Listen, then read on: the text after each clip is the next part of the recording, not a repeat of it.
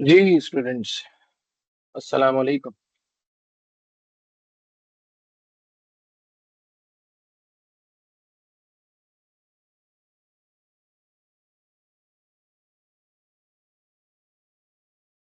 Am I audible?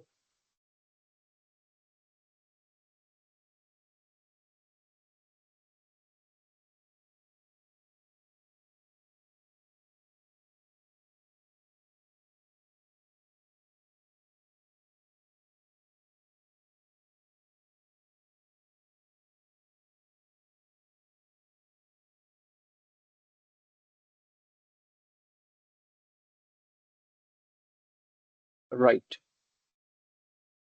तो last जो हमने क्लास कंडक्ट की थी उसमें हमने ओवरऑल जो है वो डेफिनेशंस हमने देखी थी कि किस तरीके से जो है वो कॉस्ट अकाउंटिंग जो है वो अपना इम्पैक्ट लेती है। अच्छा, मुझे ये कंफर्म कीजिएगा कि मेरी स्क्रीन विजिबल है आपको। सर बहुत ब्लर हो रही है ये। एनीवन? हाँ, अगर तो एक को भी विजिबल है तो इसका मतलब, एक को भी अगर सही विजिबल है तो उसका मतलब मेरे एंड से तो मामला क्लियर है।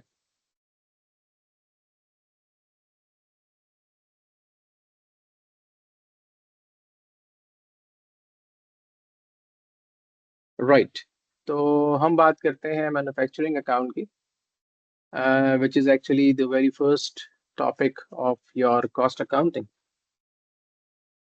Manufacturing accounts.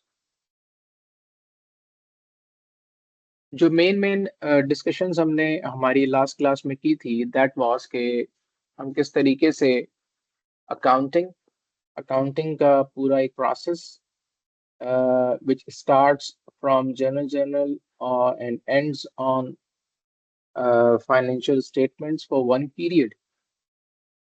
अच्छा, उजैर शुएब, आप कुछ कहना चाह रहे हैं? आपने हैंड रेज किया हुआ है।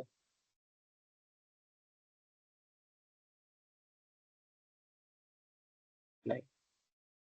राइट। तो ऑल राइट। तो उसी तरीके से हमने जो हमारा अकाउंटिंग का पूरा सेटअप है उसको हमने देन कन्वर्ट किया था कॉस्ट अकाउंटिंग में। और फिर हमने ये देखा था कि कॉस्ट अकाउंटिंग को किस तरीके से हम अपनी फाइनेंशियल अकाउंटिंग में डील करते हैं, जिसके अंदर हमने जो मोटी मोटी डिस्कशंस की थी उसमें ये था कि हमने पहले कंपोनेंट्स को देखा था कि किसी भी एक प्रोडक्ट को तैयार करने के लिए कंपनी को जो मेन तीन कंपोनेंट्स रिक्वायर्ड होते हैं, उसके अंदर सबसे पहले तो आपके पास आ जाता है direct labour, direct material, direct labour, और उसके साथ साथ आ जाता है मैन्युफैक्चरिंग ओवरहेड। राइट। ये तीन चीजें जो है वो हमने हाईलाइट की थी, और फिर उसके बाद हमने इसके अंदर इस चीज को भी कंसिडर किया था कि इनको भी फर्दर हम दो हिस्सों में ब्रेक करते हैं। एक होता है डायरेक्ट, यानी कि आपका जो डायरेक्ट मटेरियल और इनडायरेक्ट मटेरियल, इसी तरीके से लेबर, लेबर में भी डायरेक्ट लेबर और indirect labour, then manufacturing overhead, इसके अंदर भी फिर हमने फर्दर ब्रेक किया direct direct overhead, then indirect overhead. और उसके बाद हमने मजीद जो ऐड किया दैट वाज के जहाँ पे हम ये देखते हैं कि जो इनडायरेक्ट मटेरियल और इनडायरेक्ट लेबर, ये इम्पैक्ट लेते हैं आपके अ, अच्छा, अगर मेरी आवाज क्लियर है किसी एक को भी प्लीज कंफर्म करें। हेलो, अस्सलाम वालेकुम सर। वालेकुम सलाम। सर, एक छोटा सा इशू डिस्कस करना था आपसे। जी। सर, ये most of the students sir इस टाइम राइट नाउ क्लास में बैठे हुए हैं जिन्होंने ईमेल्स नहीं देखी। अच्छा। और सर इधर बहुत सारे सर न्यू स्टूडेंट्स बैठे हुए हैं जिनकी आज फर्स्ट क्लासेज है, वो सारे लिंक शेयर मांग रहे हैं, तो वो तो शेयर नहीं हो पा रहा है इधर से, माइक्रोसॉफ्ट अकाउंट नहीं है। तो क्या करना चाहिए? अच्छा, देखें वो अपने एंड्रॉयड यूज करते होंगे ना, तो एंड्रॉयड के ऊपर जो है वो अपने उस लिंक को यूज जी। करते हुए वो ज्वाइन कर सकते हैं, क्योंकि माइक्रोसॉफ्ट टीम जो है वो तो नॉर्मली अपना जो अकाउंट उनका आईडी बना होगा उसी को यूज करेगा ना।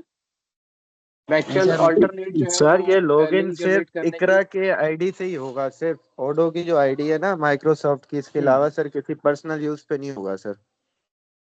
हाँ, तो फिर ऐसी सूरत में जो आपके पास ऑप्शन है ना, दैट इज के आप जो है वो, जैसे अभी हमारा जो लेक्चर चल रहा है इसकी हम रिकॉर्डिंग जो है वो कर रहे हैं, ठीक है ना। ठीक इस है। रिकॉर्डिंग को फिर मैं शेयर कर दूंगा, तो जो लोग आज की क्लास जो है वो अटेंड नहीं कर पाए हैं किसी भी वजह से या नहीं कर पाएंगे, तो उनके पास वो रिकॉर्डिंग अवेलेबल होगी, तो उस रिकॉर्डिंग को सुन सकते हैं, देख सकते हैं। ठीक है, और सर अटेंडेंस? अटेंडेंस का तो इशू नहीं है ना। आज चलें जो ठीक है। है वो किसी किसी भी वजह से कोई भी स्टूडेंट कनेक्ट अगर नहीं हो पा रहा है तो अटेंडेंस तो वैसे ही मैं उसकी मार्क कर दूंगा, वो इशू नहीं है। ठीक है, ठीक है, थैंक यू सर। मैं कोशिश कर रहा था ऑल्टरनेट लिंक जनरेट करने की, लेकिन मेरा ख्याल है आज कोई इंटरनेट के इश्यूज चल रहे हैं जिसकी वजह से लिंक जनरेट हो नहीं पा रहा प्रॉपरली ना। Okay okay sir, right. Thank you so much.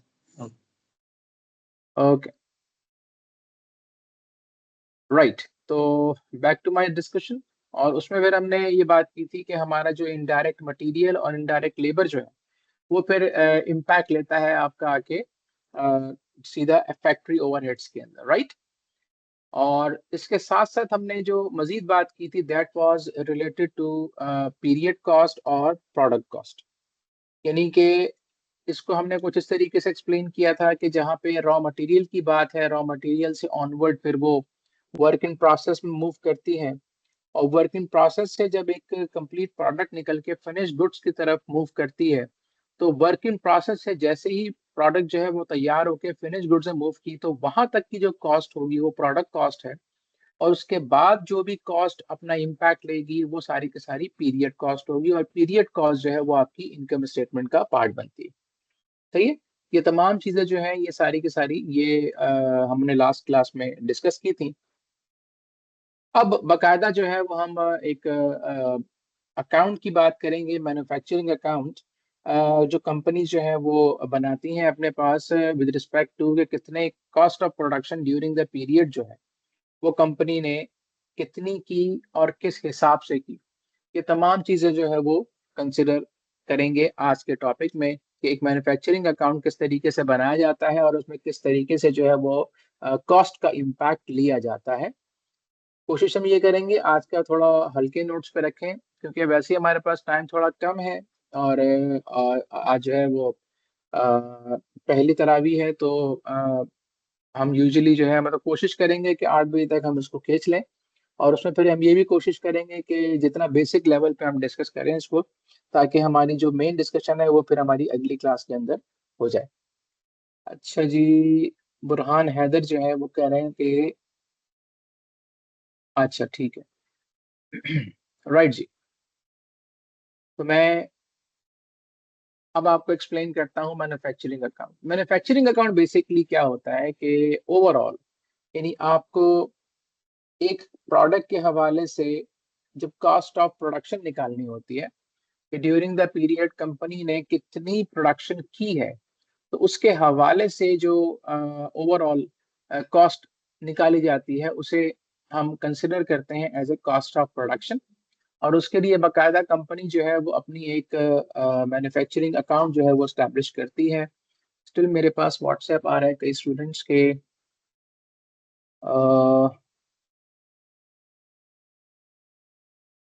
Question mark message किया है, तो रिस्पांस भी उनको फौरन चाहिए। राइट। ओके जी। तो मैन्युफैक्चरिंग अकाउंट के अंदर इसका एक स्ट्रक्चर यहाँ पे हमारे पास मौजूद है। पहले इस स्ट्रक्चर को हम देख लेते हैं, उसके बाद बकायदा फिर हम एक क्वेश्चन स्टैब्लिश करेंगे जिसके अंदर हम कॉस्ट ऑफ प्रोडक्शन को कैलकुलेट करेंगे। तो मैन्युफैक्चरिंग अकाउंट जो है किसी भी कंपनी का, पहली चीज जो आपने जेहन में रखनी है दैट इज के मैन्युफैक्चरिंग अकाउंट बनाने का मकसद during the period cost of production निकालना है कि ड्यूरिंग द पीरियड कंपनी ने प्रोडक्शन पे कितनी कॉस्ट लगाई। यानी कोई भी एक प्रोडक्ट कंपनी तैयार कर रही है तो उस प्रोडक्ट के अगेंस्ट में टोटल कॉस्ट ऑफ प्रोडक्शन कितनी बनी, और फिर जितने यूनिट्स कंपनी जो है वो बनाएगी उसके अकॉर्डिंगली उनकी पर यूनिट कॉस्ट निकल के आ जाएगी। इसकी बड़ी डिटेल्ड हमारे पास डिस्कशन है और कोशिश करेंगे अगली क्लास के अंदर इंशाल्लाह उसको कवर दें। सबसे पहले जो मैन्युफैक्चरिंग अकाउंट है वो ओवरऑल जो कवर लेता है वो रॉ मटेरियल के हवाले से देता है।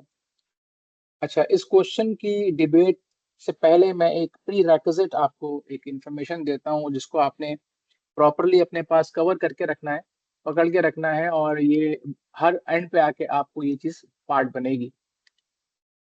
राइट। तो मैंने जो लास्ट क्लास में आपको 3 स्टेजेस बताई थी। The one is raw material. क्या हाईलाइट क्यों कर रहा है?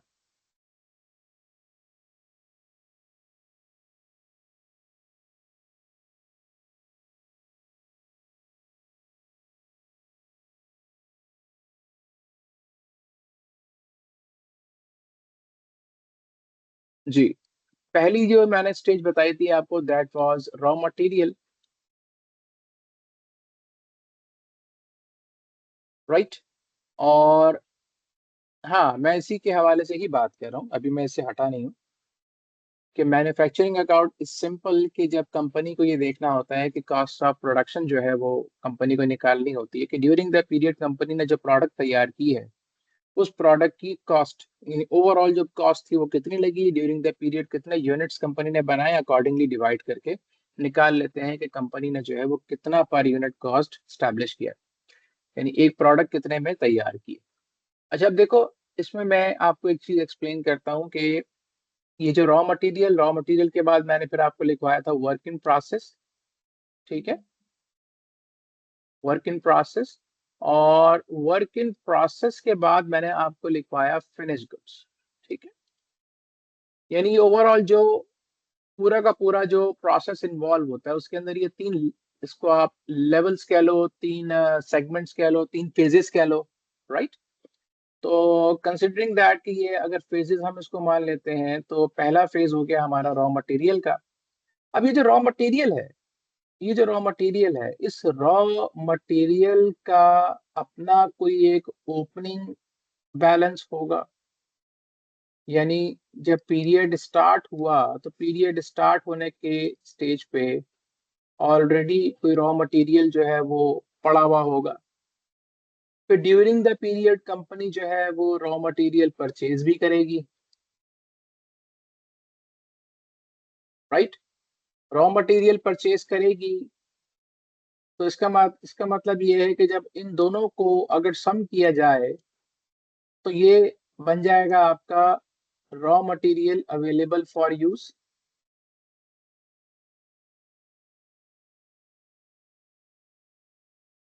Raw material available for use. Right. ये जो raw material available for use होगा इसमें से फिर रॉ मटेरियल यूज भी होगा, रॉ मटेरियल कंज्यूम्ड।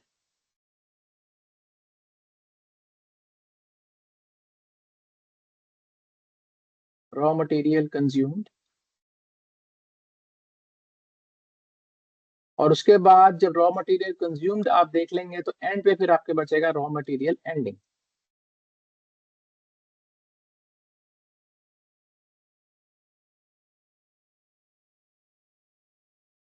सही है।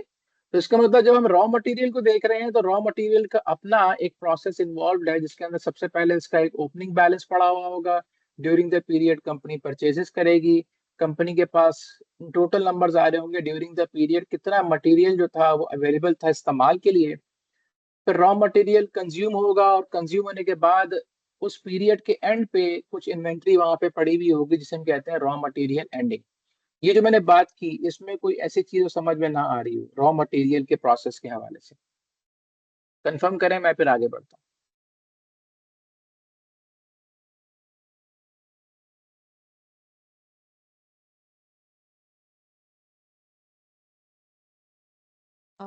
अस्सलाम वालेकुम सर। हूँ। वालेकुम सलाम। सर मुझे सबसे पहले तो ना मैन्युफैक्चरिंग अकाउंट ही समझ नहीं आया, क्योंकि मैं जो समझ पाई हूँ ना वो ये है कि लाइक जितनी भी प्रोडक्शन हो रही है, जितना भी पैसा लग रहा है, तो उस पैसे की कॉस्ट निकालनी है और उसके मुताबिक जो भी प्रोडक्ट बना रहे हैं फिर उसकी अमाउंट देखनी है। जी, आपने बिल्कुल सही कहा कि एक ओके। प्रोडक्ट कंपनी तैयार कर रही है। अब उस प्रोडक्ट के ड्यूरिंग द पीरियड उसके ऊपर कितनी कॉस्ट लगी। मिसाल के तौर पे कंपनी का प्लान है 100 यूनिट्स बनाने का। अब अगर कंपनी पूरे के पूरे 100 यूनिट्स बनाने में कामयाब हो जाती है तो जो कॉस्ट ऑफ प्रोडक्शन निकल के आएगी वो ये बता रही होगी कि इन 100 यूनिट्स को बनाने में टोटल इतनी कॉस्ट लगी। Okay sir, thank you. सही है। तो ये मैन्युफैक्चरिंग अकाउंट के अंदर हम ये पूरा का पूरा एक प्रोसेस जो है वो कंप्लीट करेंगे। अब मुझे ये कंफर्म करें कि रॉ मटेरियल का जो मैंने ये वाला पार्ट आपको एक्सप्लेन किया, इस पार्ट के अंदर कोई इशू, कोई अंडरस्टैंडिंग का इशू, कुछ ना समझ में आ रहा हो तो मुझे बताएं, फिर मैं आगे बढ़ूं। सर अगर बिजनेस हमारा बिल्कुल स्टार्ट का हो जिसमें रॉ मटेरियल हमारे पास पहले ना पड़ा हुआ हो तो उसकी किस तरह हाँ, बनेगी सर? तो बस फिर उसका मतलब फिर ये जो ओपनिंग बैलेंस होगा फिर ये नहीं होगा ना आपका, फिर ये वाला नहीं होगा ना पार्ट। ओपनिंग बैलेंस जीरो हो गया। ड्यूरिंग द पीरियड आपने मान लो कि 1000 यूनिट परचेज किए तो टोटल जो अवेलेबल हो जाएंगे वो 1000 हो जाएंगे। 1000 में से मान लो कि 800 यूनिट कंज्यूम हुए और एंड में आपके पास 200 यूनिट जो है वो इन्वेंट्री के अंदर पड़े हुए हैं। तो इसका मतलब जब नेक्स्ट पीरियड स्टार्ट करेंगे तो अगले पीरियड के लिए वो 200 यूनिट्स ओपनिंग इन्वेंट्री होंगे। क्लियर? Yes sir. परफेक्ट। अब मैं आगे चलता हूँ। तो अब देखो, पहला प्रोसेस रॉ मटेरियल, पहला फेज रॉ मटेरियल। अब रॉ मटेरियल से ये वाला पहला फेज कंप्लीट हुआ। पहले फेज से अब हम मूव कर रहे हैं दूसरे फेज की तरफ। देखो दूसरे फेज में कौन सी चीज इंपैक्ट लेगी, ये वाली, रॉ मटेरियल कंज्यूम्ड। यानी कि मैं अगर इस तरीके से लूं कि एक स्टेप पीछे मैं आपसे लेता हूं तो वो कुछ इस तरीके से बन जाएगा कि during the period work in process में बहुत मुमकिन है, यानी कि एक मैन्युफैक्चरिंग कंपनी जो कि लेट्स से असेंबली लाइन के ऊपर काम कर रही है। असेंबली लाइन का कॉन्सेप्ट पता है ना आपको, कि प्रोडक्ट जो है वो एक जगह से इन होती है, फिर वो बेल्ट के ऊपर चलती चली जाती है, उसका प्रोसेस चलता रहता है चलता रहता है। एक जगह एक प्रोसेस कंप्लीट होता है, दूसरी जगह दूसरा प्रोसेस कंप्लीट होता है, तीसरी जगह तीसरा प्रोसेस। तो वो बेल्ट के ऊपर चलती चलती फिर एक सर्टेन स्टेज पे आके जहां से बेल्ट के ऊपर वो प्रोडक्ट कंप्लीट हो जाती है। जैसे आपने गाड़ी की मैन्युफैक्चरिंग देखी होगी, आपने कोल्ड ड्रिंक बनते हुए देखी होगी, इसी तरह की और बहुत सारी प्रोडक्ट्स हैं जो कि असेंबली लाइन के ऊपर बनाई जाती है।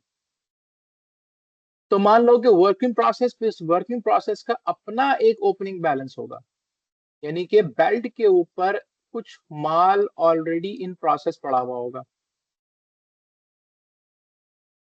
तो वो कितनी कॉस्ट का, ठीक है। During the period raw material consume जो है ये फिर यहाँ पे अपनी पोजीशन लेगा।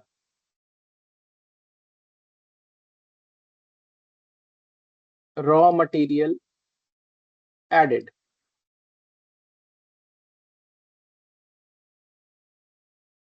तो ड्यूरिंग द पीरियड मजीद माल बेल्ट के ऊपर इन होगा, राइट। तो इसका मतलब ओवरऑल अगर हम इसको नाम दे दें तो क्या था, मटेरियल अवेलेबल फॉर प्रोसेसिंग। कि during the period work in process में इतना माल अवेलेबल था प्रोसेसिंग के लिए। उसके बाद यहां से प्रोडक्ट कंप्लीट होगी, तो मैं इसको नाम दे दूं फिनिश्ड प्रोडक्ट। फिनिश्ड प्रोडक्ट यानी वो माल जो कि तैयार हो गया। तैयार होने के बाद जब फिनिश्ड प्रोडक्ट को एडजस्ट करोगे तो आखिर में फिर एक कुछ एंडिंग इन्वेंट्री वर्किंग प्रोसेस में पड़ी हुई होगी, या एंडिंग मटेरियल पड़ा हुआ होगा। वर्किंग प्रोसेस का समझ में आया?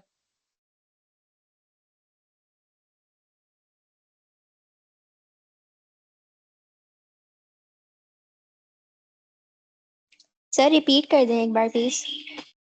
राइट। तो मैं दोबारा से रॉ मटेरियल से उठाता हूँ। देखो रॉ मटेरियल में मान लो कि ओपनिंग बैलेंस था या नहीं था, ठीक है। उसके बाद ड्यूरिंग द पीरियड कंपनी ने कुछ परचेजेस किए। परचेजेस करने के बाद टोटल कंपनी ने देखा कितना मटेरियल अवेलेबल था प्रोसेस के लिए। उसमें से कई मकूब बहुत सारा माल जो है वो निकल के ड्यूरिंग द पीरियड मूव किया वर्क इन प्रोसेस में, जिसे में हमने नाम दिया रॉ मटेरियल कंज्यूम्ड। और उसके बाद एंडिंग मटेरियल जो है वो आपका रॉ मटेरियल की सूरत में वेयर हाउस के अंदर मौजूद होगा। जब वर्किंग प्रोसेस की बात करोगे तो उसका मतलब हम आ गए फेज 2 पे। अब फेज 2 में जाहिर है जो ड्यूरिंग द प्रोसेस यानी कि वर्किंग प्रोसेस के लिए ऑलरेडी कुछ माल ऐसा मौजूद होगा जो आपने पिछले पीरियड के अंदर प्रोसेस किया होगा या लास्ट वर्किंग डे पे प्रोसेस किया होगा। और उसके बाद कुछ प्रोसेसिंग में माल ऑलरेडी आपकी बेल्ट के ऊपर मौजूद होगा। तो वो नेक्स्ट पीरियड के लिए क्या होगा, ओपनिंग बैलेंस बन जाएगा। फिर during the period mall add होगा, यानी मटेरियल जो है वो रॉ मटेरियल से निकल के वर्क इन प्रोसेस में इन होगा, अपनी प्रोसेसिंग में आएगा। तो ओवरऑल हम कह सकते हैं कि मटेरियल अवेलेबल फॉर प्रोसेसिंग। और उसमें से फिर बहुत सा माल जो है वो तैयार हो जाएगा, यानी फिनिश प्रोडक्ट में कन्वर्ट हो जाएगा। जब फिनिश प्रोडक्ट में कन्वर्ट हो जाएगा तो उसके बाद कुछ ending inventory work in process में मौजूद रहेगी। सारा का सारा माल तो नहीं तैयार हो सकता ना। तो इसी तरीके से जब हम आते हैं थर्ड फेज के ऊपर, तो इसका फिर अपनी एक वर्किंग है। मिसाल के तौर पे कंपनी के पास फिनिश गुड्स की सूरत में ऑलरेडी कुछ ओपनिंग बैलेंस पड़ा हुआ होगा।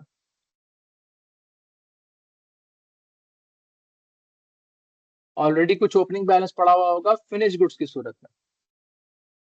उसके बाद फिनिश प्रोडक्ट्स एडेड।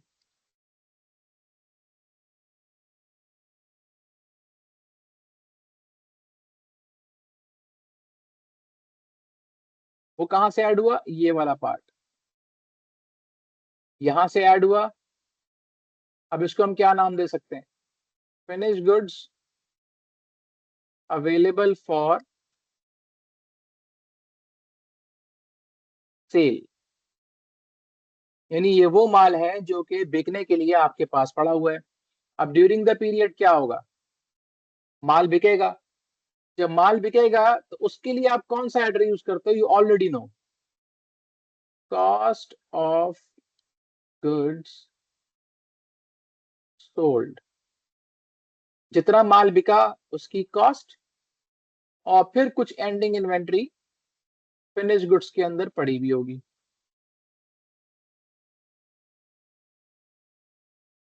राइट।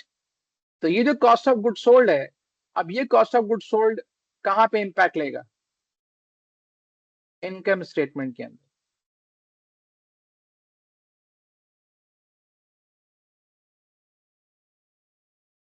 और इनकम स्टेटमेंट जब आप बनाओगे तो सबसे पहले लिखोगे आप सेल्स, सेल्स में से लेस करोगे कॉस्ट ऑफ गुड्स सोल्ड, यानी ये वाला जो इम्पैक्ट है ये फिर यहाँ पे आके आपका इम्पैक्ट ले लेगा।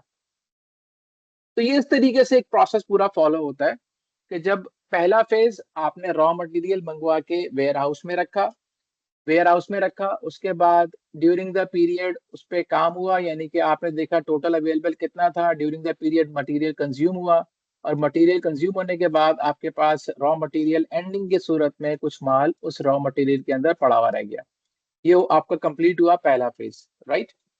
दूसरे फेज पे क्या देखोगे, work in process. Work in process के अंदर फिर आप देखते हो कि प्रोसेसिंग के स्टेज पे माल का स्टेटस क्या है। तो इसका मतलब ये है कि उसके भी स्टेज पे कुछ ओपनिंग बैलेंस पड़ा हुआ होगा वर्क इन प्रोसेस में। ड्यूरिंग द पीरियड कुछ रॉ मटेरियल जो है वो ऐड होगा। मटेरियल ऐड होगा तो फिर आपके पास आ गया टोटल कितना मटेरियल था प्रोसेसिंग के लिए। फिर वो कन्वर्ट होगा फिनिश गुड्स में। और उसके बाद कुछ एंडिंग इन्वेंट्री, जो एंडिंग मटेरियल जो है वो इन प्रोसेस होगा ऑन फेज 2। फिर जब फिनिश गुड्स कंप्लीट हो जाएंगे तो फिर तीसरा फेज आपका एक्टिव हो जाएगा फिनिश गुड्स का। अब फिनिश गुड्स का भी अपना एक ओपनिंग बैलेंस मौजूद होगा कि ऑलरेडी कंपनी के पास एक तैयार माल ऑलरेडी मौजूद है। ड्यूरिंग द पीरियड कितना माल ड्यूरिंग द पीरियड कितना माल जो है वो कंपनी ने मजीद आपका ऐड किया, कितना माल मजीद जो है वो ड्यूरिंग द पीरियड ऐड किया, यानी तैयार होके फाइनल गुड्स की सूरत में वेयर हाउस में आ गया। तो इसका मतलब टोटल आ गया कंपनी के पास goods available for sale, right. जब ये गुड्स अवेलेबल फॉर सेल आ गया तो उसका मतलब माल बिका, जो माल बिका उसकी कॉस्ट आ गई कॉस्ट ऑफ गुड्स सोल्ड, और उसके बाद फिर कुछ एंडिंग इन्वेंट्री की सूरत में, फिनिश गुड्स की सूरत में आपके पास ऑलरेडी कुछ बैलेंस मौजूद होगा जो कि अगले पीरियड का ओपनिंग बन जाएगा। ये जो पूरा का पूरा प्रोसेस मैंने आपको एक्सप्लेन किया फेजेस वाइज, इस पूरे प्रोसेस के अंदर कोई ऐसी चीज जो समझ में ना आ रही हो, ये पूरे प्रोसेस को अपने पास उतार लेंगे, क्योंकि आगे चल के ये वाला जो पूरा फेजेस का प्रोसेस है ये जो है ना वो बार बार इम्पैक्ट लेगा अपना, इसकी अंडरस्टैंडिंग आपको रिक्वायर्ड होगी। तो मुझे सर कंफर्म कीजिएगा जी। सर समझ तो आ गया है, बट अगर आप किसी प्रोडक्ट की एग्जांपल से समझा दें, क्योंकि मैं एग्जांपल अपने माइंड में तो बना पा रही हूँ, बट अगर आप मजीद क्लियर कर देंगे तो मुझे पूरा प्रोसेस समझने में आसानी हो जाएगी। तो उसके पीछे हम एक पूरा ये आगे पूरा मैन्युफैक्चरिंग अकाउंट बनाएंगे ना। चलें ठीक है। अभी तो मैं एक बेसिक कॉन्सेप्ट आपको दे रहा हूँ कि ये जो हम मैन्युफैक्चरिंग अकाउंट बनाएंगे ये आगे और डिफरेंट काम करेंगे, जॉब ऑर्डर प्रोसेस कॉस्टिंग, तो उसके पीछे ये पूरा का पूरा सेटअप इन्वॉल्व होता है। अभी ओके मैं सर। आपको ये एक्सप्लेन कर रहा हूँ, ठीक है। बात करने के बाद माइक को म्यूट कर दिया करें। ये बिस्मा नदीम, आपका माइक जो है वो म्यूट नहीं हो रहा, राइट। तो बाकी स्टूडेंट्स भी जाग रहे हैं या मतलब क्योंकि 2-3 स्टूडेंट्स ही हैं जो थोड़ा इंटरेक्ट कर रहे हैं, बाकी तो like sir cost of goods sold sir हमें दिया हुआ होगा सर, हर बार या हमें निकालना पड़ेगा सर? देखो यही चीज तो हम समझ रहे हैं, आप बहुत आगे की बात पूछ रहे हो, हम यही तो काम कर रहे हैं। हम ऑलरेडी जो है वो इनकम स्टेटमेंट के अंदर एक चीज पढ़ के आए कि इनकम स्टेटमेंट के अंदर कॉस्ट ऑफ गुड्स सोल्ड जो है आप मेंशन करते हो, वो चीज ऑलरेडी आप पढ़ के आ चुके हो आपकी फाइनेंशियल अकाउंटिंग के कोर्स में। अब हम पढ़ रहे हैं वो कॉस्ट ऑफ गुड्स सोल्ड आती कैसे, तो उसके लिए पूरा का पूरा प्रोसेस मैंने आपको एक्सप्लेन किया है। कॉस्ट ऑफ गुड्स सोल्ड तभी आएगी जब आपके पास ओवरऑल कॉस्ट ऑफ प्रोडक्शन आएगी। कॉस्ट ऑफ प्रोडक्शन निकालने के लिए जो सबसे पहला काम आज हम करने जा रहे हैं वो है मैन्युफैक्चरिंग अकाउंट, राइट जी। आगे चलें। Yes sir.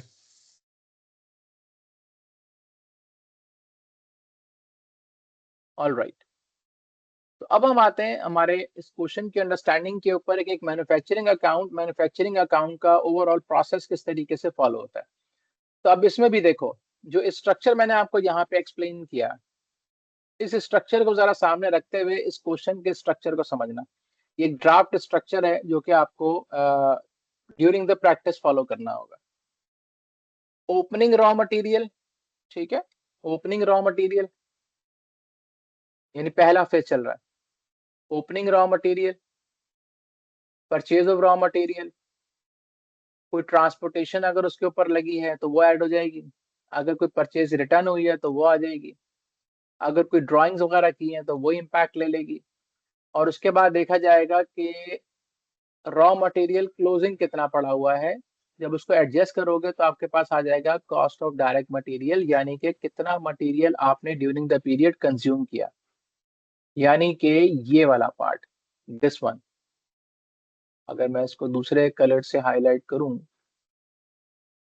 दिस वन, ये वाला पार्ट जो कि इम्पैक्ट लिया रॉ मटेरियल फेज से वर्क इन प्रोसेस के अंदर, तो वो आपने पहले कैलकुलेट किया कि ड्यूरिंग द पीरियड, यानी ये प्लस ओपनिंग, इन दोनों को अगर आप सम कर लो तो ड्यूरिंग द पीरियड कितना मटेरियल आपके पास यूज हुआ इस फिनिश गुड्स को तैयार करने में। ये जो फिनिश गुड्स तैयार हुई है, इस फिनिश गुड्स के अंदर इन दोनों को मिला के कितना मटेरियल लगा वो आपने निकाल लिया। कहाँ से निकला? यहां से निकला कि जो मटेरियल आपके पास वेयर हाउस में पड़ा हुआ था आपने बताया कि जी ओपनिंग परचेजेस के बाद रॉ मटेरियल एंडिंग, तो ओवरऑल ड्यूरिंग द पीरियड इतना मटेरियल वर्किंग प्रोसेस में इन हुआ, और वर्किंग प्रोसेस के बाद ओपनिंग बैलेंस पड़ा हुआ था, रॉ मटेरियल एडेड मजीद ड्यूरिंग द पीरियड। तो टोटल मटेरियल जो अवेलेबल था, इस टोटल में से कितना मटेरियल लगा जो फिनिश गुड्स कंप्लीट करके आगे ले गया, वो आ गया आपका यहाँ पे कॉस्ट ऑफ डायरेक्ट मटेरियल,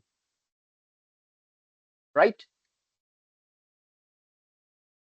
पहला हमने ऑलरेडी डिस्कस किया कि किसी भी एक प्रोडक्ट को तैयार करने में 3 कंपोनेंट्स इन्वॉल्व होते हैं, मटेरियल, लेबर और एफओएच।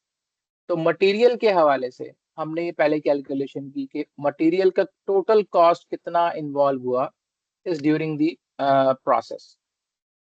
अगले फेज पे आओ, तो अगले फेज पे बात कर रहा है डायरेक्ट लेबर की, ठीक है। ऊपर जो हमने कैलकुलेशन की सारी वो डायरेक्ट मटेरियल है, वो मटेरियल जो कि प्रोडक्ट को तैयार करने में इस्तेमाल हुआ। इसी तरीके से आ जाओ डायरेक्ट लेबर की कॉस्ट हमने शामिल की, और उसके बाद एक इम्पैक्ट और लिया जाता है जिसे हम कहते हैं कोई भी ऐसा direct expense just like royalties. ये क्या होती है, इसके ऊपर बात करते हैं। मान लो कि आप एक प्रोडक्ट तैयार कर रहे हो, और उस प्रोडक्ट को तैयार करने में आपको किसी और कंपनी की प्रोडक्ट इस्तेमाल करनी है। मिसाल के तौर पे आप लैपटॉप यूज करते हो या पीसी यूज करते हो, तो मुझे ये बताओ कि उसके अंदर मान लो कि आपने एचपी कंपनी का लैपटॉप लिया, ठीक है। उस एचपी कंपनी के लैपटॉप के अंदर जो बोर्ड लगा होगा वो किसका होगा? क्वेश्चन सर रेज कर इंटेल रहा का हूँ, इसका होगा, जवाब। इंटेल का होगा बेसिकली। परफेक्ट, ठीक है। वो जो इंटेल का बोर्ड है वो तैयार किसने किया होगा? अल्टीमेटली इंटेल की कंपनी, रेलेवेंट कंपनी ने। वो इस्तेमाल किसके अंदर हो रहा है? एचपी की प्रोडक्ट में। तो इसका मतलब वो किसी और कंपनी की प्रोडक्ट को अपनी प्रोडक्ट बनाने के लिए इस्तेमाल कर रहे हैं। ऐसी सूरत में क्या होता है कि एक एग्रीमेंट साइन होता है जिसे हम कहते हैं पेटेंट्स, कि किसी और कंपनी की प्रोडक्ट को अपनी कंपनी की प्रोडक्ट के साथ मिला के इस्तेमाल करना या में इस्तेमाल करना, उसके लिए एक अग्रीमेंट होता है जिसे हम कहते हैं पेटेंट्स। इसकी एक बहुत मजेदार एग्जांपल है। आपके कोई पास कुछ कहना चाह रहा है? कितने नंबर ले लें, मतलब वो इजीली मार सकते हैं, और 40 नंबर का पेपर होता है, 100 नंबर का। अपना माइक म्यूट करें। ठीक हो गया। अब इसकी एक मजेदार एग्जांपल मैं आपको देता हूँ, आप लोगों को फौरन कनेक्ट हो जाएगी। ये मुझे बताओ कि 3 इडियट्स मूवी देखी है? कितने यस सर। स्टूडेंट जिन्होंने देखी है? यस सर देखिए। ठीक है। 3 इडियट्स मूवी के अंदर आपको एक मजेदार करेक्टर देखने को मिला था जिसका बड़ा मुश्किल सा नाम था, रणछोड़ दास, छामड़ दास, छाछड़, ठीक है। और उसी के साथ उस मूवी के अंदर एक और मजेदार करेक्टर था जिसका नाम था चतुर रामलिंगम, जो बड़ा पढ़ा लिखा और किताबी कीड़ा टाइप का बंदा था, दिखाया गया। तो वो जो चतुर रामलिंगम था, वो एक बंदे की तलाश में था पूरी मूवी में। उस बंदे का नाम क्या था?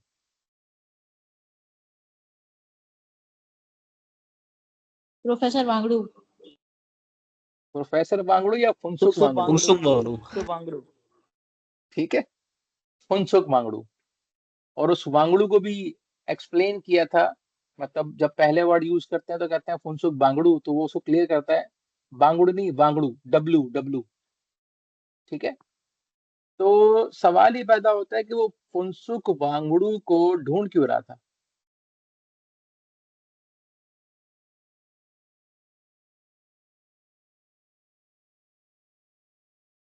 सिग्नेचर के लिए। सर उनकी किस उनके चीज सर के?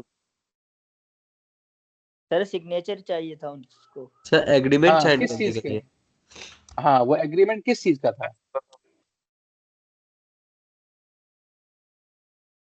एज अ वेंडर साइन करते होंगे सर। अच्छा नहीं, अब अगर थोड़ा टाइम मिले ना तो इस मूवी को जरा अब दोबारा से देखना, जो बात मैं आपको एक्सप्लेन करूंगा। वो जो चतुर रामलिंगम था, वो उसी दौरान जब ये एक्सप्लेन करता है मैं फुनसुक वांगडू की तलाश में हूँ, वांगडू डब्ल्यू डब्ल्यू, तो वो उसके बाद एक जुमला बोलता है कि the man is having 400 patents and if I got this agreement signed then I will be huge। ये जुमला याद है? नो सर, ये नहीं सुना।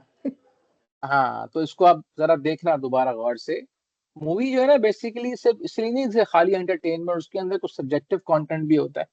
स्पेशली आमिर खान की जो मूवीज होती हैं उसमें बड़ा एक सब्जेक्टिव पार्ट निकल के आता है। अब वो बंदा फुनसुक वांगडू से एग्रीमेंट करना चाह रहा था, पेटेंट एग्रीमेंट साइन करना चाह रहा था, क्योंकि जो फुनसुक वांगडू था वो बहुत बड़ा साइंटिस्ट था, उसने इन्वेंशंस बहुत सारी की हुई थी। उसकी बिना पे वो उससे एग्रीमेंट साइन करना चाह रहा था ताकि उसकी इन्वेंशंस को अपनी कंपनी के प्रोडक्ट में इस्तेमाल किया जाए। अब वो ट्रेवल करते हुए एक स्कूल में पहुंचते हैं। कहाँ पे? लद्दाख में। ठीक है। जब वो स्कूल में जाते हैं तो स्कूल में क्या देखते हैं?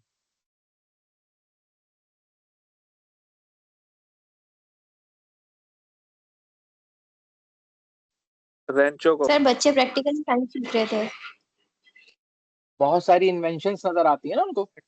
बदल गया था। साइकिल, यस सर, हाँ इन्वेंशन साइकिल नजर चला आती के सारी। भेड़ की खाल उतार रहे हैं, मुख्तलिफ और डिफरेंट किस्म की वो गंदुम पीस रहे हैं, स्कूटर चलाते हुए गंदुम पीस रहे हैं। ठीक है ना, तो मुख्तलिफ किस्म की नई नई तरीके की इन्वेंशंस वहां पे देखते हैं। सही है। तो इसका मतलब ये है कि जब एक कंपनी किसी दूसरी कंपनी के या किसी साइंटिस्ट के इन्वेंशंस को अपनी प्रोडक्ट के साथ यूज करना चाह रही होती है तो फिर ऐसी सूरत में उनके दरमियान एक पेटेंट एग्रीमेंट साइन होता है। तो ये टोटल आपकी जो इन्वेंशंस हैं उसको इतनी नंबर ऑफ प्रोडक्ट्स के साथ हम इस्तेमाल करेंगे और उसकी कॉस्ट इतनी होगी।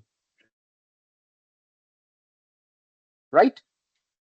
वो जो पेटेंट एग्रीमेंट साइन हुआ, उस पेटेंट एग्रीमेंट के अगेंस्ट में जो पेमेंट की जाती है उससे हम कहते हैं रॉयल्टीज। ये जो रॉयल्टीज का वर्ड मैंने आपके सामने हाईलाइट किया, उसे हम कहते हैं रॉयल्टीज। ये पेटेंट्स के अगेंस्ट में जो सामने वाली पार्टी को बेनिफिट की सूरत में जो पेमेंट की जाती है उससे हम कहते हैं रॉयल्टीज। क्लियर हुआ?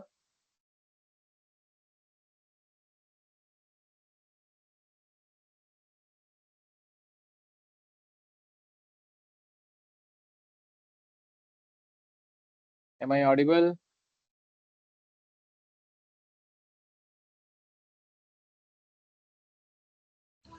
सर रॉयल्टी का आप एक दफा दोबारा बता दें प्लीज। मैंने जो पेटेंट्स का एक्सप्लेन किया, पेटेंट्स का समझ में आया? पहले ये बताओ, वर्ड तो हैंग कर यस। गया। ठीक है।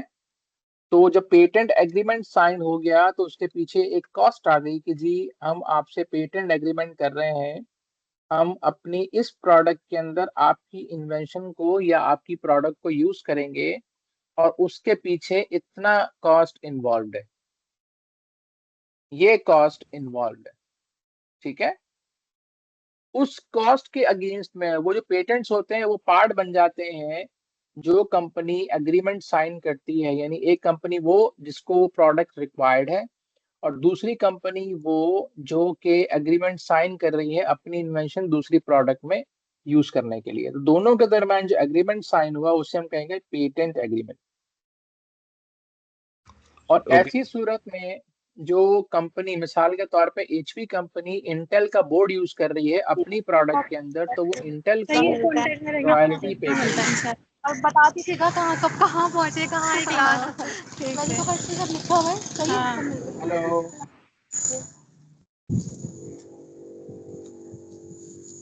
हम देख रहे हैं जब तक कोई आ माइक जाए मतलब। अनम्यूट हो जाता है उसके बाद। सर ये लेक्चर अपलोड होगा क्या? जी जी, क्यों नहीं होगा। दोबारा इसको कंटिन्यू मतलब सुन सकते हैं? हाँ हाँ, रिकॉर्डेड लेक्चर होगा। आप LMS लॉगिन करके सुन सकते हैं। उसके बाद मैं इसको, इसकी जो कॉपी है वो अपने चैनल पे भी प्लेस कर दूंगा, तो वहां पे जाके देख सकते हैं आप। हाँ सर, वो ग्रुप भी बनवा दिएगा सर आपके व्हाट्सएप में। चैनल का सब नाम कुछ तो बना बता हुआ है दो। Sir already. काइंडली सर एक व्हाट्सएप का ग्रुप बना के लिंक शेयर कर दें सर। सर मैं अभी आ रहा हूँ ग्रुप यूनिवर्सिटी से। ऑलरेडी ग्रुप बना हुआ है। मैंने उसकी ईमेल ड्रॉप कर दी थी, बहुत सारे लोगों ने ग्रुप ज्वाइन भी कर लिया है। तो आपने अपने आप को सबको ईमेल पे एक्टिव रखना है, क्योंकि मैं अपनी सर आपके चैनल का कॉरस्पॉन्डेंस नाम बता दें। ईमेल पे भी करूँगा। LMS लॉगिन करेंगे तो सारी डिटेल वहां पर मौजूद है। सर IULMS हमारे पास तो नहीं चल रहा, बंद करा हुआ उन्होंने। IULMS तो चलता भी नहीं है ना, अब इकरा LMS है। LMS सर ओडो होगा ना? एक तो ओडो है ना, और इकरा ऐप। नहीं, ठीक है। मॉड्यूल डाउनलोड करे ना, उसमें आ जाता है सब कुछ। मॉड्यूल नाम का ऐप होगा, उसको डाउनलोड करें। हाँ, बिल्कुल सही नाम लिया। मॉडल के नाम से एक ऐप है, उसके अंदर इकरा यूनिवर्सिटी का उनके साथ एक कोलैबोरेशन है। उसमें आपके कोर्सेज विजिबल होंगे, जिसको हम कहते हैं LMS, इकरा LMS, राइट। अब सवाल ये पैदा होता है, मेरे पास माइक्रोसॉफ्ट वर्ड क्यों हैंग कर गया। हैंग तो नहीं करना चाहिए था। सर काइंडली बता दी ये लेक्चर कितनी देर तक अपलोड रहेगा, मतलब डिलीट तो नहीं हो जाएगा? क्योंकि मैंने लेट ज्वाइन किया है, हम यूनिवर्सिटी गए थे, वहां पे पता चला है कि आपकी ऑनलाइन क्लास है। आई थिंक आप लोग जो है ना वो ईमेल्स पे एक्टिव नहीं है। अगर आप लोग अपनी इकरा की ईमेल को एक्टिव कर लें, तो मैंने आज ईमेल्स की हैं, तो बहुत सारे लोगों ने ईमेल्स को फॉलो करते हुए ही ग्रुप ज्वाइन किया है। मैंने LMS दी थी तो मैं लॉगिन कर रही थी, शायद सर आपने एक दो इकरा वाली जो ईमेल है ना वो मोबाइल पे ओपन नहीं हो रही है, सिर्फ लैपटॉप पे और पीसी पे ओपन हुई हुई है, इस वजह से इश्यूज आ रहे हैं। अच्छा, लेकिन वो कॉन्फ़िगर हो जाता है मोबाइल पे। सर मोबाइल अलाउ नहीं होता शाम में 6 के 6:30 के बाद, फिर अब मतलब मोबाइल हाथ में आते हुए यूनिवर्सिटी में जाकर ही देखा था कि आपने बोला ऑनलाइन क्लास है। उससे पहले तक ग्रुप में मैंने ज्वाइन तो नहीं हुआ, लिंक पर अपलोड हुआ है लेट। मैंने जो मैंने जो ऑनलाइन की ईमेल की है वो 5 बजे की है। तो ऑब्वियसली उस वक्त सर हम अंदर थे, 6 बजे ऑफ होता है ना ऑफिस से। अच्छा, ऑफिस में अलाउ नहीं सर होता, आप मैं ये एक कह रहे हैं। रिक्वेस्ट कर हमारा सकती हूँ। लॉकआउट में होता है बैंक में, तो अलाउ नहीं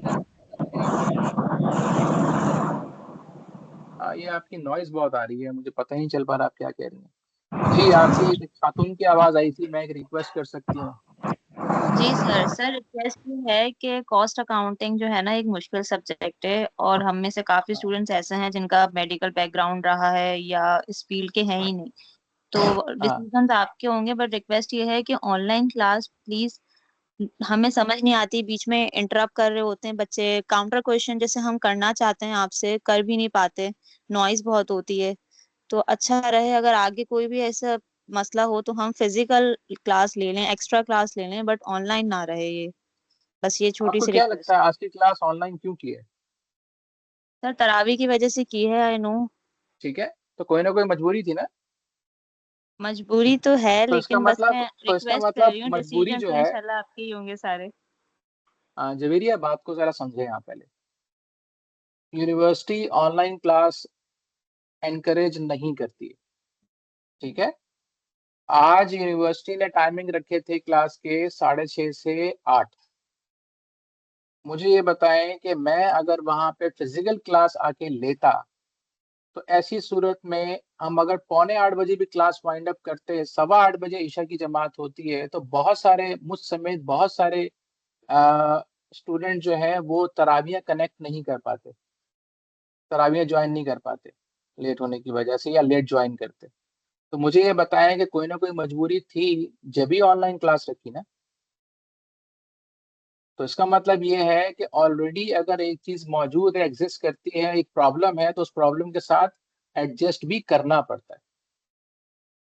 और मैंने स्पेशल रिक्वेस्ट करके आज की क्लास को ऑनलाइन करवाया। क्यों करवाया? ताकि एटलीस्ट आपके पास एक प्रॉपर डिस्कशन और लेक्चर मौजूद हो, एक रिकॉर्डेड लेक्चर मौजूद हो, जिसके अंदर आप बाद में उसको रेफर करके दोबारा से उसको देख सके, समझ सके, पढ़ सके, और अगर कोई मसला आ रहा है तो वो आप डिस्कस कर सकें।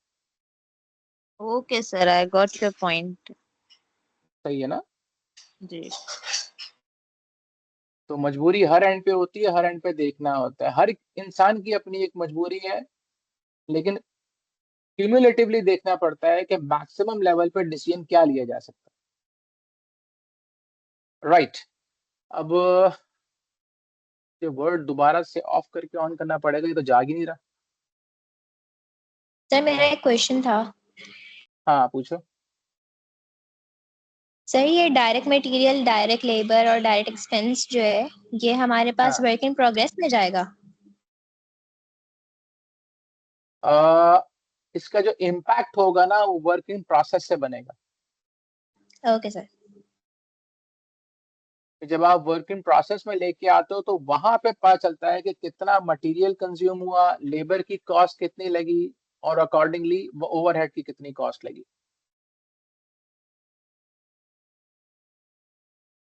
राइट।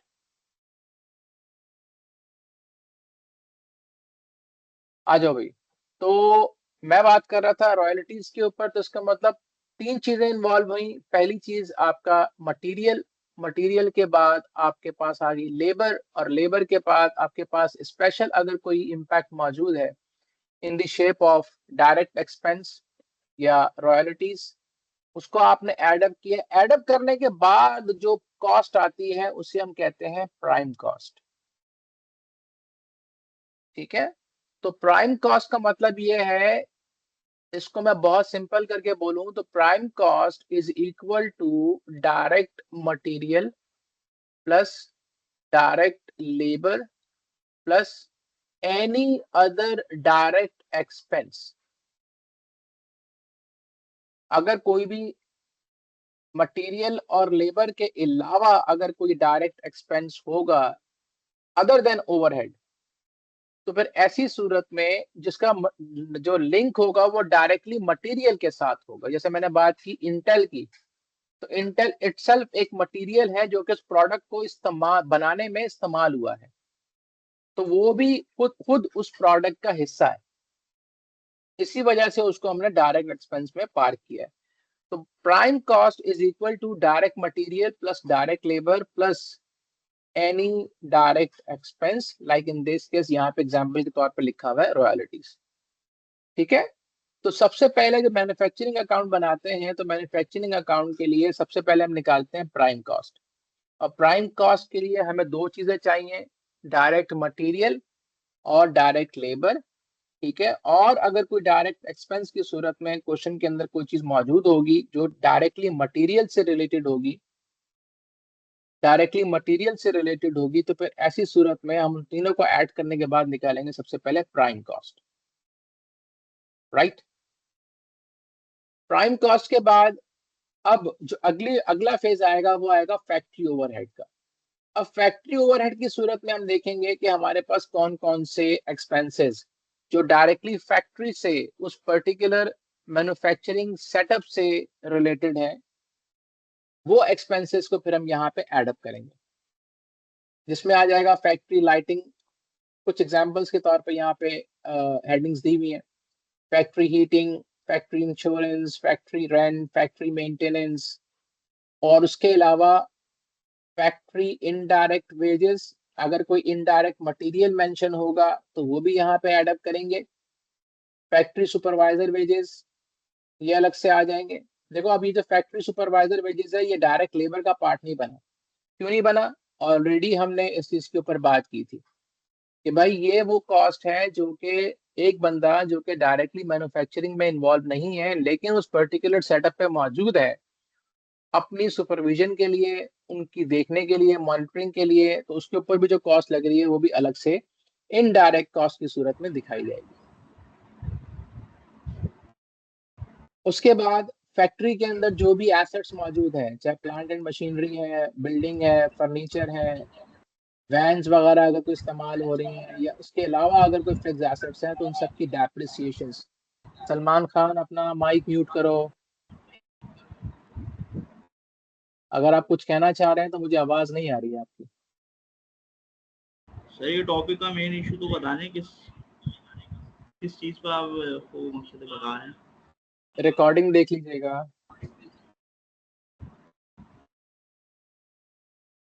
क्योंकि हम काफी आगे निकल आए हैं अभी।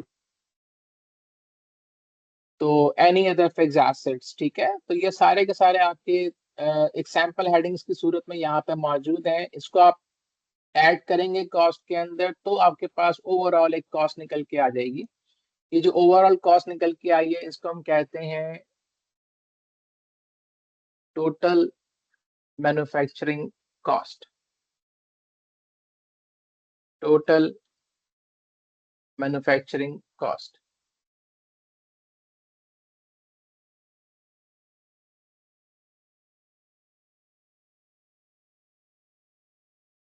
राइट। अब जब ये टोटल मैन्युफैक्चरिंग कॉस्ट आपके पास आ गई, इसके बाद फिर जो अगला स्टेप होता है, उसके अंदर देखो अगला फेज आ गया वर्क इन प्रोसेस का। कि अब आप देखेंगे कि वर्क इन प्रोसेस में पहले ओपनिंग क्या पड़ा हुआ था। सबसे पहले ओपनिंग क्या पड़ा हुआ था,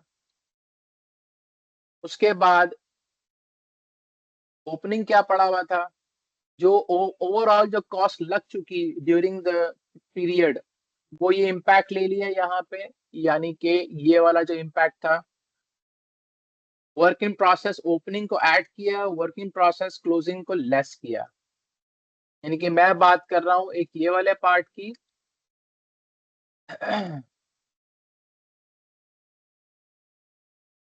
मैं बात कर रहा हूं एक ये वाले पार्ट की, और साथ में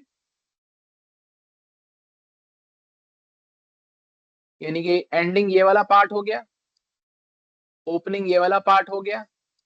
ठीक है, इन दोनों को एडजस्ट किया और टोटल मैन्युफैक्चरिंग कॉस्ट क्या आ गई, यानी कि इन दोनों को मिला दें तो फिर ये वाली इम्पैक्ट आ गया ना। टोटल कितनी कॉस्ट का माल अवेलेबल था जिसने इम्पैक्ट लिया, उसमें से ओपनिंग और एंडिंग को एडजस्ट किया, ओपनिंग को ऐड किया, एंडिंग को एडजस्ट किया, तो आपके पास फाइनल अमाउंट निकल के आ गई। और ये फाइनल अमाउंट कहलाती है कॉस्ट ऑफ प्रोडक्शन। सर ये cost of total manufacturing cost और opening stock of work in process का जो टोटल आया है सर, इसका क्या नाम है सर? इसको किस नाम से बोलेंगे सर? हाँ, ये आ गया ना आपके पास manufacturing material available for processing, ये नाम लिया ना। दिस वन, ओहो डार्क हो गया, ये वाला पार्ट था ना आपका, दिस वन।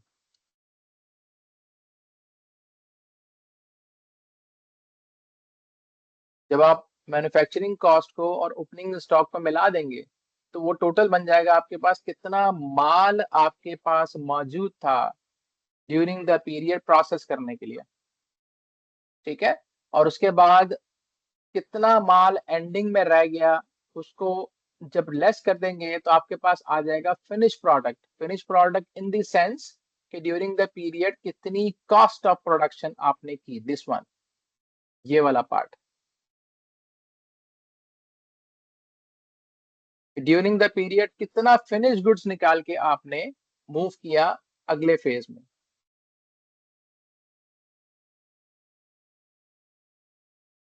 फिनिश गुड्स,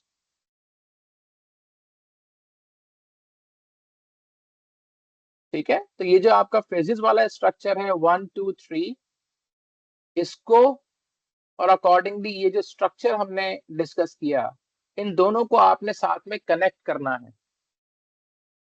तो जो आपको समझ में आएगा कि मैन्युफैक्चरिंग अकाउंट किस तरीके से बनाया जाता है। राइट।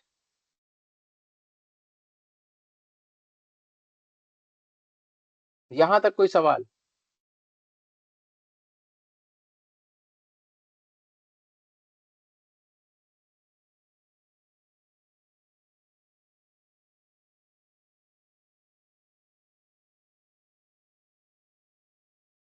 Any question?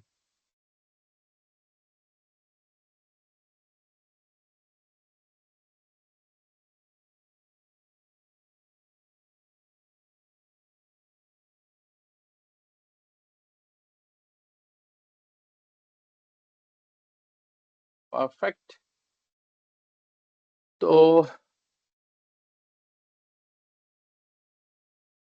अब हम बात करते हैं क्वेश्चन से रिलेटेड।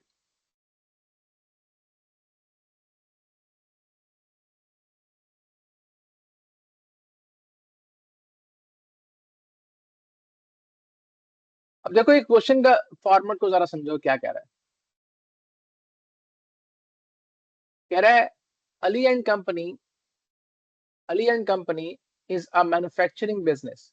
ठीक है, manufacturing business. The following information relates to the year ending 30th April 2005। अब इसमें डायरेक्ट मटेरियल दिया हुआ है, डायरेक्ट लेबर दिया हुआ है, फैक्ट्री ओवरहेड दिया हुआ है, वर्किंग प्रोसेस ओपनिंग दिया हुआ है, वर्किंग प्रोसेस क्लोजिंग दिया हुआ है। ओपनिंग और क्लोजिंग कैसे पता चल रहा है कि यहाँ पे लिखा हुआ 1 मई 2004 और एंड हो रहा है 30th अप्रैल 2005। ठीक है, तो यहाँ से हमें पता चल रहा है कि ऊपर वाला ओपनिंग है, नीचे वाला क्लोजिंग है, उनकी अमाउंट्स दी हुई हैं और उसके बाद हमने कैलकुलेट करना है प्राइम कॉस्ट और फैक्ट्री कॉस्ट ऑफ प्रोडक्शन।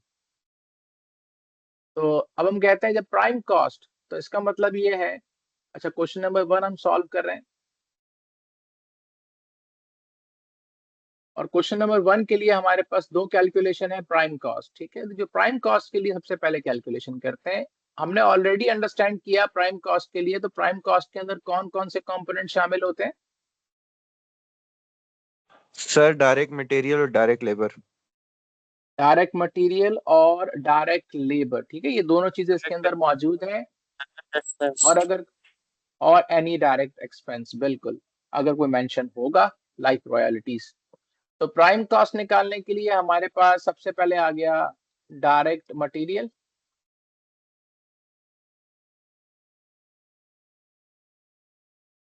और डायरेक्ट मटेरियल के लिए हमारे पास कॉस्ट आ गई 146,300।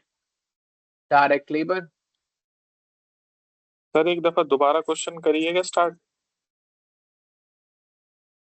Ali and Company is a manufacturing business. The following information relates to the year ending 30th April 2005। ठीक है, ये क्वेश्चन आ गया पूरा और इसके अंदर जो इन्फॉर्मेशन हमारे पास गिवन है उसके अंदर देखो सीधा सीधा पूरा पूरा डाटा गिवन है। Direct material, direct labour, factory overhead, work in process opening और वर्क इन प्रोसेस क्लोजिंग। सिर्फ ये 5 चीजें हमारे पास क्वेश्चन में मौजूद है और हमने कैलकुलेट करना है प्राइम कॉस्ट और फैक्ट्री कॉस्ट ऑफ प्रोडक्शन। बहुत सिंपल सा क्वेश्चन है, इसमें कोई रॉकेट साइंस इन्वॉल्व नहीं है। तो प्राइम कॉस्ट निकालने के लिए हमारे पास इस क्वेश्चन के हिसाब से दो चीजें इंपैक्ट लेंगी, डायरेक्ट मटेरियल और दूसरा है डायरेक्ट लेबर, यानी 175,400। इन दोनों को सम कर लें तो ये आपके पास टोटल कितना आ गया?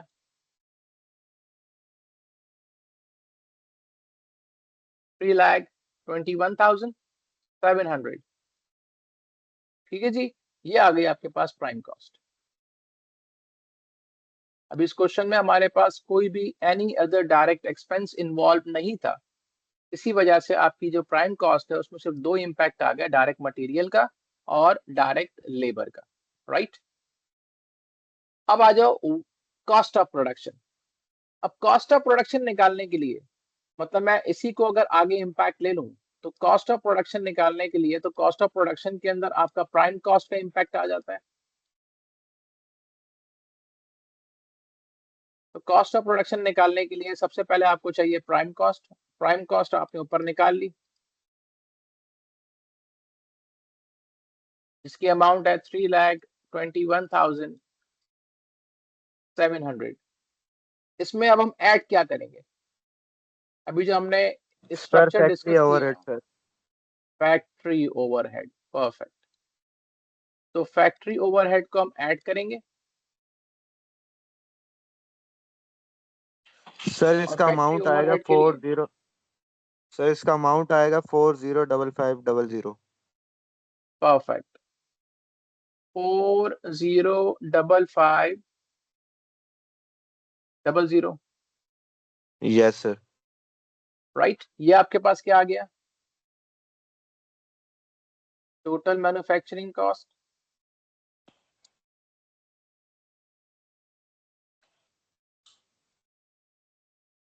और टोटल मैन्युफैक्चरिंग कॉस्ट के बाद अब आप क्या इम्पैक्ट लोगे? ऐड करोगे work in process opening, yes sir. ये आ गया आपके पास 10,000 यस सर। और लेस करोगे sir work in process ending. Work in process ending.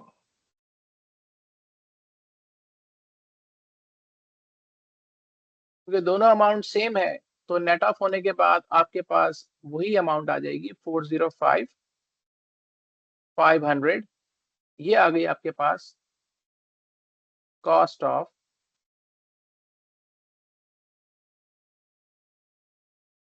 Production. ये हो गया आपका पहला question. Any question? No sir. बहुत सिंपल सा नो क्वेश्चन सर। था। Yes sir. और हाँ, इसके बाद जो अब अगले क्वेश्चंस हम अगली क्लास में इंशाल्लाह करेंगे तो वो और से थोड़े लेंदी होंगे और डिटेल्ड होंगे। तो उसके लिए आपको जो चीज़ समझनी होंगी उसमें ये है कि ऊपर जो हमने फेजेस की बात की थी, यानी ये जो हमने फेजेस का जिक्र किया था, पहले ये फेजेस इसको अंडरस्टैंड करो और ये जो फेजेस हैं ये आगे चल के बहुत सपोर्ट करेंगे। अगर ये फेजेस समझ में आ गए तो हर स्टेज पे जाके आपको फिर काम करना बड़ा आसान हो जाएगा। इसको कनेक्ट करो फिर इस पूरे के पूरे स्ट्रक्चर के साथ, ये जो पूरा का पूरा मैन्युफैक्चरिंग अकाउंट बनता है इसके साथ, और फिर ये वाला क्वेश्चन जो है इसको सॉल्व करना। क्वेश्चन बहुत सिंपल है, फटाफट दोबारा सॉल्व हो जाएगा। तो सो फार जितनी डिस्कशन मैंने की उसके अंदर कोई चीज मजीद आप कंफर्म करना चाह रहे हैं? सर नीचे तो करें question number 1। Question number 1 okay, solve वाला आप कह रहे हैं, दिस वन।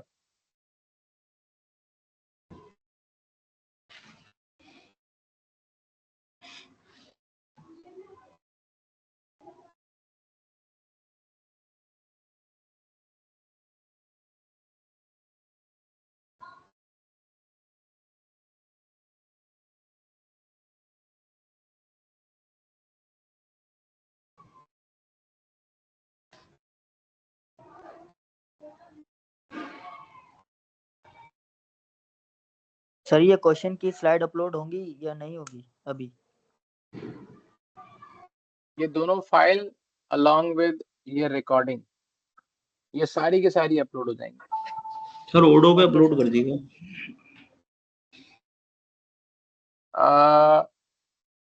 अच्छा, मैं देखता हूँ ओडो पे किस तरीके से ये अपलोड होगा, क्योंकि एलएमएस के ऊपर वैसे तो मैं अपलोड करता हूँ। आपका सर एलएमएस के काइंडली ऊपर इसे नाम व्हाट्सएप आईओएल पर भी में शेयर इन्होंने खत्म कर कर दिया सर। फाइल को। सॉरी, आईओएल में इन्होंने खत्म कर दिया है, ओडो को यूज कर रहे हैं। नहीं एलएमएस हम बात कर रहे हैं मूडल की।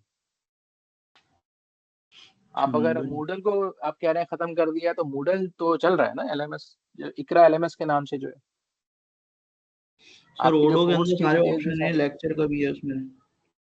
हाँ उसको यस सर, ऑडो हमारा चल रहा है तो ऑडो के ऊपर ही होगा ना ये सारी चीजें। सर मेन चीज ओडो है ना, आप उस पर अपलोड कर दिएगा।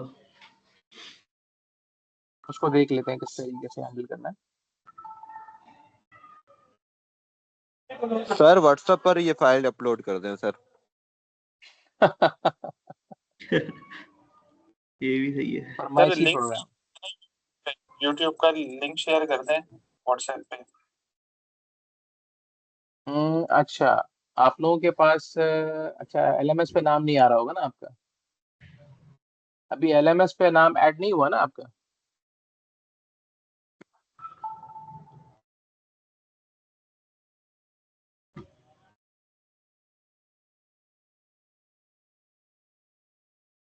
क्योंकि इकरा ऐप के ऊपर तो काफी सारे स्टूडेंट्स आ रहे हैं, तकरीबन को 63 के अराउंड आ रहे हैं।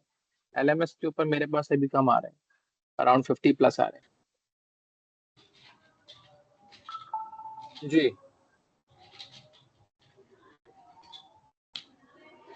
कोई सवाल?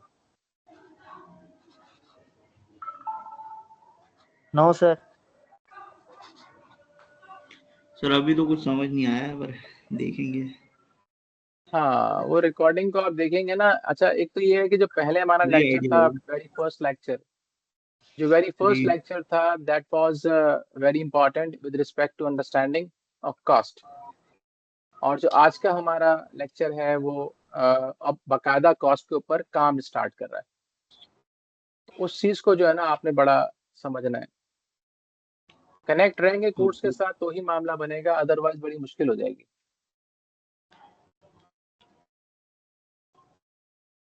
वैसे तो मैंने ईमेल के थ्रू भी आपको LMS का लिंक शेयर कर दिया था, बाकी ये है कि ये मैंने व्हाट्सएप ग्रुप पे भी डाल दिया लिंक, उसको भी आप देख सकते हैं। ठीक है जी, सो फार सो गुड। डिटेल्स आपके पास सर आ कहाँ जाएंगी। भेजे? मैं कोशिश करूंगा कि इसकी जो डिटेल्स हैं आपके सामने वो लाइक ओवरऑल सारा का सारा पैकेज एक साथ आ जाए, तो आप लोगों को समझना थोड़ा और आसान हो जाए, राइट? ओके तो ओके सर। आप सबको रमजान मुबारक हो। सर यस आपको भी। अल्लाह सर। ताला खैर मुबारक, जो आपको है भी वो मुबारक। सर दुआओं में सबके याद लिए रखिएगा खैर सर। बरकत। हाँ, अल्लाह ताला रमजान का महीना सबके लिए खैर बरकत का रखे, आफियत आमीन का आमीन। रखे। अल्लाह ताला हमें तौफीक दे कि हम जो बुनियादी मामलात हैं जो रमजान में होने चाहिए वो सारे करने में कामयाब हो जाए। अल्लाह ताला हमें तौफीक दे अपने गुनाहों को माफ करवाने में कामयाब हो जाए। Yes sir. आप भी मेरे हक में दुआ कीजिएगा, अल्लाह ताला हम सबको सही रास्ते पर चलने की तौफीक दे। राइट जी, तो इंशाल्लाह अगली क्लास में मुलाकात होती है। During the week yes sir. कुछ भी किसी भी हवाले से कुछ भी डिस्कस करना हो आप बिला झिझक मुझसे कांटेक्ट कर सकते हैं, व्हाट्सएप पे, ईमेल पे। तो मैं ठीक है। जैसे टाइम मिलेगा मैं आपको रिस्पॉन्ड कर दूंगा। Right, okay sir. चलें ओके ओके फिर सर। इंशाल्लाह मुलाकात होती है। Thank you, Allah Hafiz. Allah Hafiz sir.